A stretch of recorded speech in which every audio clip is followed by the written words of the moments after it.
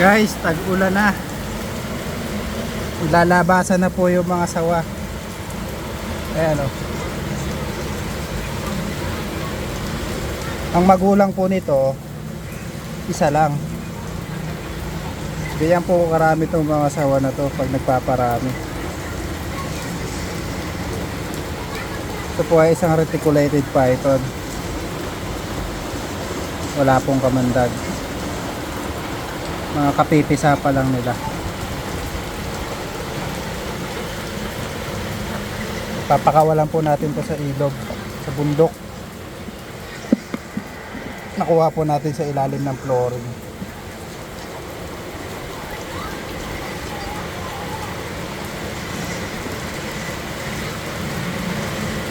Dami nila oh.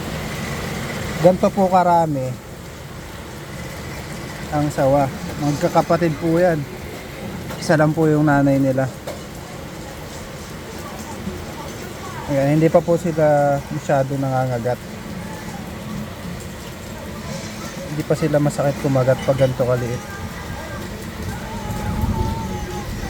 Kumagat. Hindi pa tumatalab kagat niya.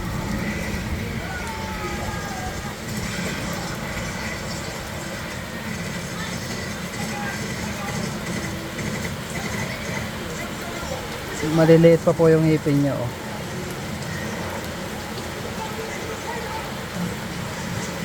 Pag ganito kaliit guys, ang kinakain pa lang nito mga dagang bahay na maliliit, mga babuet. Pag naka-encounter kayo nito guys, huwag niyong papatayin, bugawin nyo na lang, aalis din naman to eh. Lalabasan na po itong mga to. Nagpipisaan na po yung mga itlog ng sawa. Ayan. Kita nyo naman guys, wala naman silang kamandag at hindi pa masakit yung kagat nila.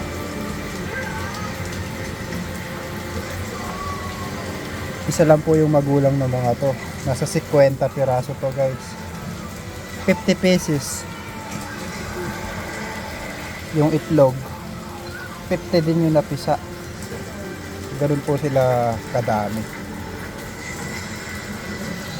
Mamayang gabi papakawalan na po ito sa bundok.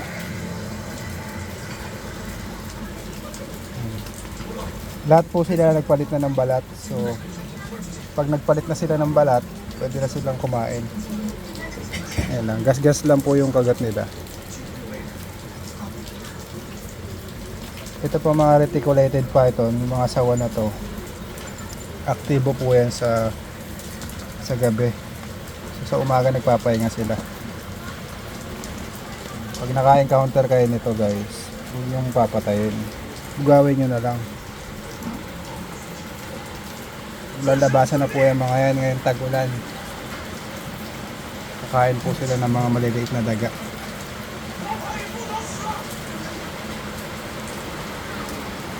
Ganito po yan kalaki oh.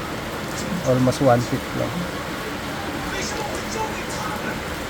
Kaya lang pag lumaki sila, maabot sila ng nasa 25 feet.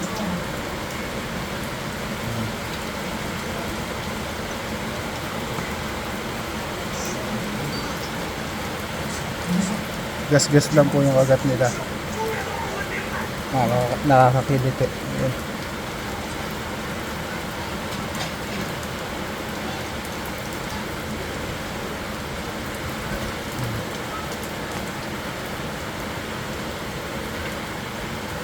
Ganito lang po kaliit yung balat nila oh. Nag-aantay lang po tayong gumabi. Pupunta na tayo sa bundok para ibalik sila sa gubat. Nice.